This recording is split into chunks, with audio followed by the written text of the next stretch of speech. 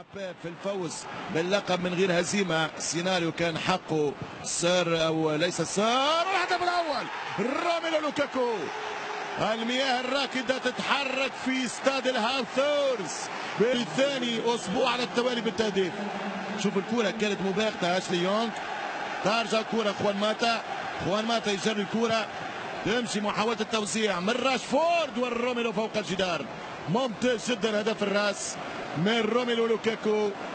يسبق المدافع جيبس، يطلع فوق جيبس ويسجل بالتتويج 20 دوري الفريق الثاني بالالقاب الاوروبيه ورا ليفربول من الانجليز. يتقدم هنا في استاد وست بروم. اعطيه باس، اعطيه الثاني والهدف الثاني.